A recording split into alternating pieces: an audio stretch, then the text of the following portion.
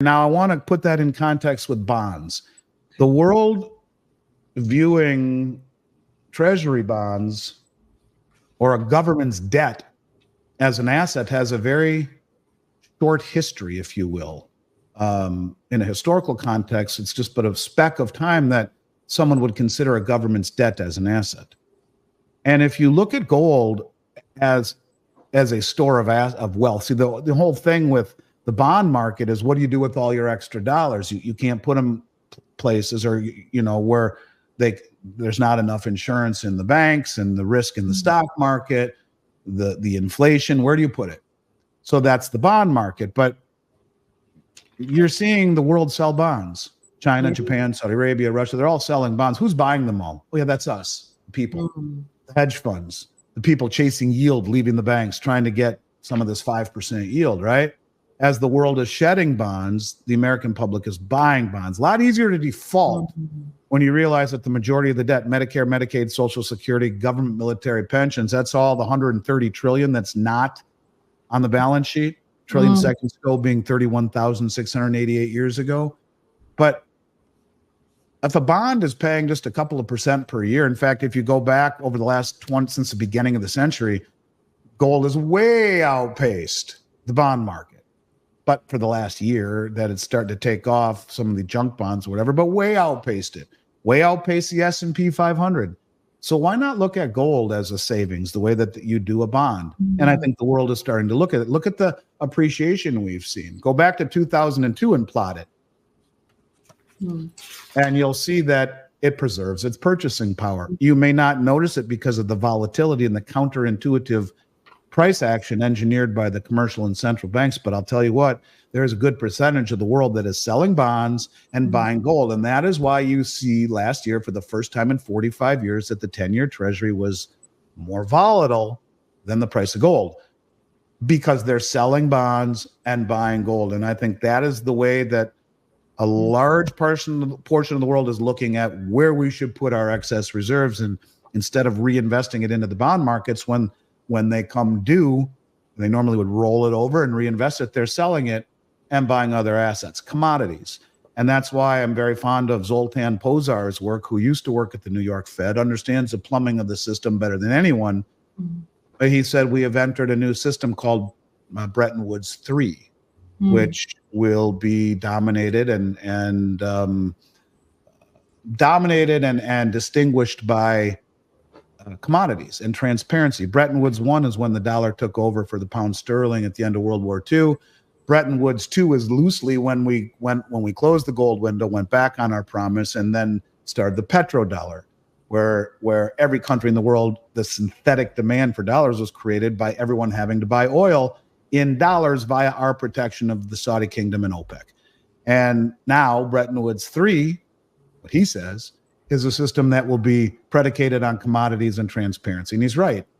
No one wants opaque debt instruments anymore. They want something that is not simultaneously someone else's liability. And that's exactly what metals in your own possession are. And even from a bond market comparison context, not as immediately liquid and whatnot, but I still think it's being viewed as a alternative, if you will, to the last 50 years worth of thinking.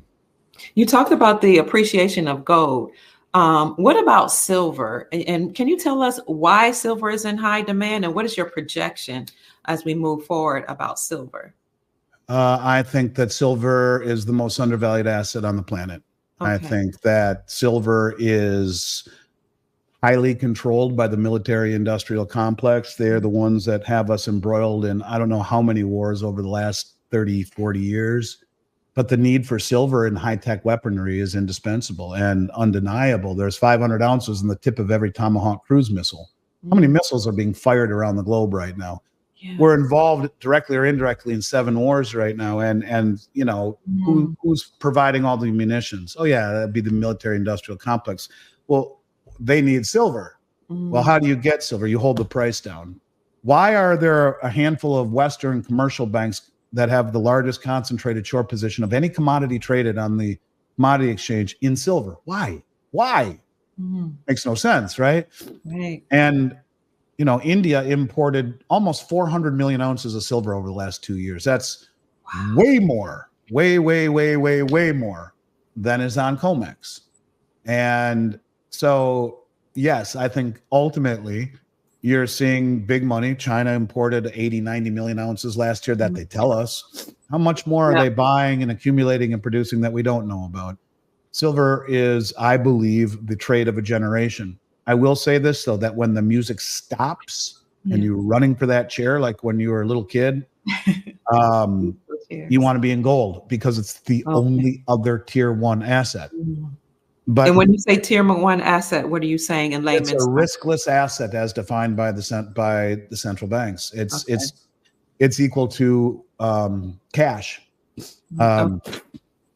and there's no disputing the fact that they find it to be very significant. Why make it gold? Why after 75 years is it gold and not something like special drawing rights issued by the International Monetary Fund or another currency? No, they said it was gold. And that's why I think there is no coincidence that the banks and the central banks are buying gold at levels that no one's ever seen before. So, but I think you buy silver right now at an 87-to-1 ratio and potentially trade it to gold when the ratio gets back into focus. It's averaged roughly 40-to-1 for the last 100 years, meaning 40 ounces of silver equal to 1 ounce of gold. For 5,000 years, both geologically and price, it was 16-to-1. And now geologically, it's coming out of the ground at 7-to-1.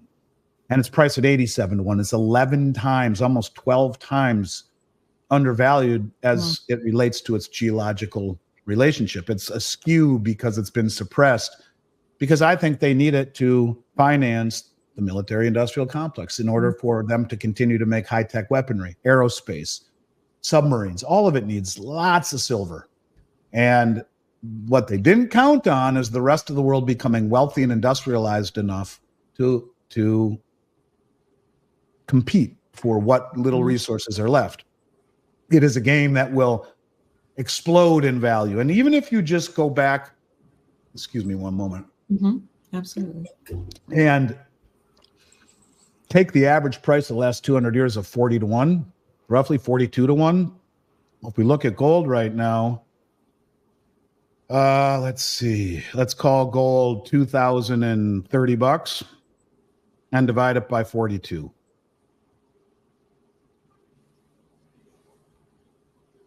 $48. Is that right? Let me make sure. Hang on. Yep, 48. So it should at very least be 48.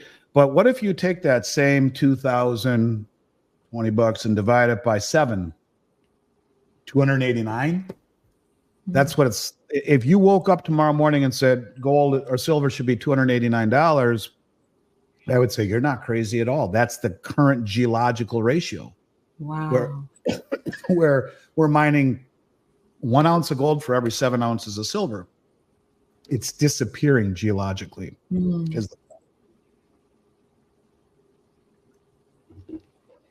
So price potential is extraordinary. The need for it in industrial applications, military applications, and monetary applications is growing by the day. But it's found in nature. Like your skin is epidermis, it's found in nature in a form called epithermal, very near the surface. Big deposits were found decades ago. Only about 25% of all the silver mined last year came from silver companies. The rest of it was either through recycling or through other companies mining other materials that stumble across some silver deposits. But it's becoming harder and harder and harder to find. The ratio gold to silver for 5,000 years was 16-to-1. Now it was 8-to-1. Now it's 7-to-1. At what point do we just exhaust the ability to find new deposits of silver? Yeah. So yeah, there are very few things in my mind that offer the potential that silver does right now. Yeah. Thank you, Andy. You've given us enough, so much information for us to digest. And I encourage our family members, everybody that's watching, to please share this video, because it's important for everybody to know what's going on behind the scenes, Andy has given us many projections, how to prepare. So like the video, share the video, rehearse the video, like play it over, and you can play it over on a higher speed if you like. This information is something that is going to help you and your family as you prepare in the future. So we are at the hour mark, Andy, and I want to say thank you so much. I am very honored that you take the time out of your very busy schedule. Don't be silly, Kia. You're one of my favorite. You are such a sweet person. If everyone I dealt with was as kind and sweet and I don't even know the words I'm looking for, but I think you get what I'm saying. Life would be a whole hell of a lot better. You have never been anything but professional and kind and complimentary. And I don't know. I think that that's a lot of what this world is lacking. And it's my honor to be here. I always will come back. Yes, sir. And I wish you and everyone else out there very happy, healthy, prosperous 2024. And you're right. If people want information, they can always go to our website. But the best way to get the most competitive price lists that we offer that we don't publish to the public unless asked for would be to go to info@milesfranklin.com and say, Kia sent me. Ask any questions, whether it be about anything you heard here today, precious metals IRAs, or just anything, questions on storage or how it all works, or just to get the price list that is far more competitive than what you see on our website. We will do that for you with no obligation. And just make sure you told us in the subject line that Dr. Kia Pruitt sent me, and we will make sure that we roll out the Rockstar red carpet treatment. And it's been an honor to work with you for the last year or two, Kia, and we'll continue to do it. I think we'll ride shotgun together here through 2024. I have a feeling there'll be a lot to talk about, and important discussions abound. Yes. And also, family, when you call the brokers, they will share with you our weekly specials. So every week or every other week, we have weekly specials for you. That's correct. To consider. That is correct. So having said that, family, thank you so much for joining us. Happy New Year. Have a very safe and wonderful Tuesday, and go out and make it great. Stay proactive and prepare for what is to come. Thank you, Andy. We love you and appreciate you. Love you too, Kia. You stay well, my friend. I look forward to picking up where we left off soon. And thank you, everyone out there. Stay well. Stay well, everybody. Bye, guys. Bye-bye.